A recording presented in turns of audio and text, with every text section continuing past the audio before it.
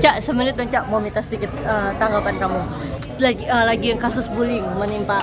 Oke. Nah itu gimana? Itu kan bisa dibilang mungkin hanya beda sedikit ya umurnya dari kamu ya kan 17-18 tahun mereka. Aku termasuk korban bullying dari SD sampai SMA. Cuman memang untuk kasus aku untungnya nggak terlalu parah, cuma sekedar omongan aja. Apa pernah diomongin apa emangnya? Oh ya, omongan netizen biasa sebenarnya sih, cuma di depan muka aja beda. Ya anak artis doang lu nggak punya banget, lu nggak punya apa-apa, lu modal lupa nama bapak doang lu kok bisa dia artis jelek banget lu segala macam, banyak banget lah itu. Lu udah artis kok nggak punya duit lah segala macam. Wah ya tiap hari ada omongan seperti itu. Efeknya ketika itu apa? Kalau alami efeknya ketika itu apa yang lo alami? Oh kalau gue untungnya ketika gue diomongin seperti itu gue nggak marah. Gue bakal balas dengan kenyataan yang sebenarnya gitu. Bisa nih bilang, lu kok artis gak terkenal, mau apa doang lu. Nah bisa ada field trip kemana atau ada acara apa, ternyata semua orang kenal. Jadi menampak dengan kenyataan aja sih, apapun yang orang ngomongin. Tapi cerita ke orang tua perlakuan seperti itu? Enggak. Gue karena satu cowok malu lah untuk cerita hal-hal yang kayak gitu yang sifatnya kan masih normal-normal aja. Nggak ada yang nyentuh ke badan dan nggak diapa-apain juga gitu. Cuma sekedar omongan yang apa bedanya sekarang sama omongan netizen di sosial media gitu. Cak, itu kan dia ceritanya mau masuk satu circle gitu ya Cak. Tapi emang harus seperti itu ya, ketika orang mau masuk circle tertentu kayak ada harus bullying atau senioritas dari circle itu sendiri Cak. Menurut kamu terus gimana sih Cak? Kebetulan gue bukan orang yang punya circle-circlean, jadi gue main sama siapa aja, gue nggak pernah tahu ada hal-hal kayak gitu ternyata nyata gitu. Mau masuk geng harus apain dulu, masuk geng harus ngapain dulu gitu. Gak ada gunanya sih, buat apa maksudnya? Kalau mau sejago-jagoan, kenapa nggak pilih hal lain? Kenapa harus bullying gitu? Kalau mau jago-jagoan, kenapa nggak jagoan otak lu lalu pakai gitu? Madu intelektual kayak ngadu apa kayak kenapa harus sampai fisik yang diadu?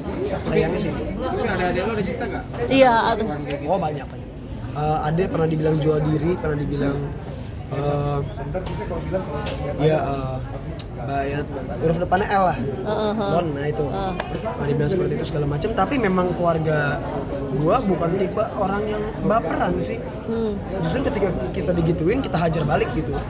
Jadi adik gue yang SMP Nasya pernah dikatain gitu sama temen-temennya.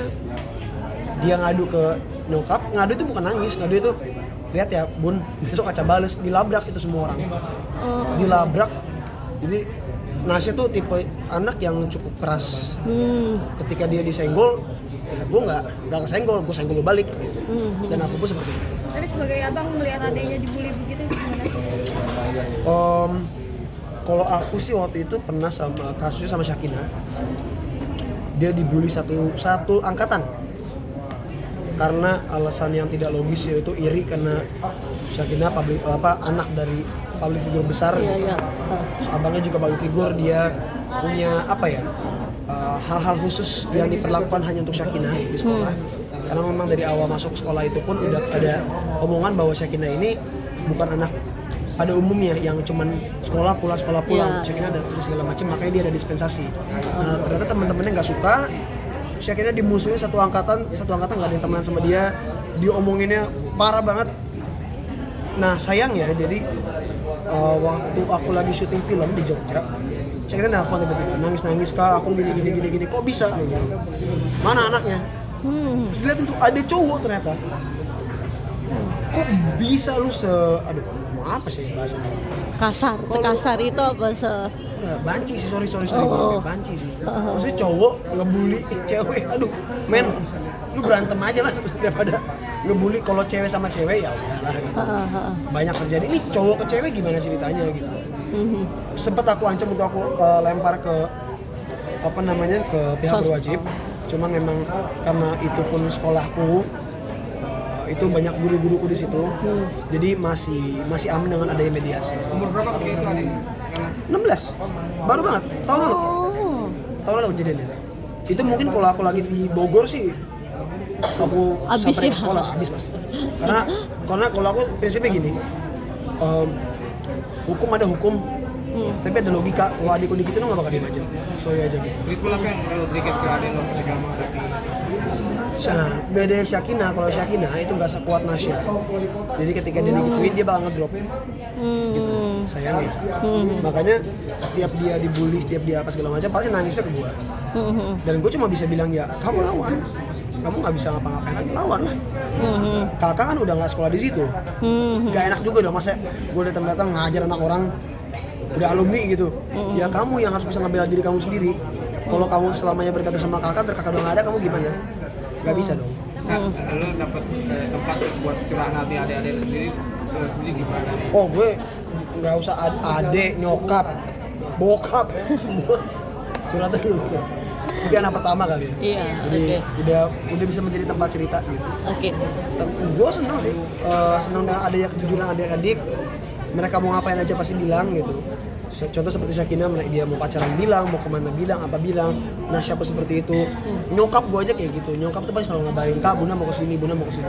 Karena gue pernah bilang gini sama nyokap, Bunda kalau anaknya nggak ngabarin ngoceh, ngomel, bilang kurang aja sama orang tua, nggak ngabarin kalau main kemana.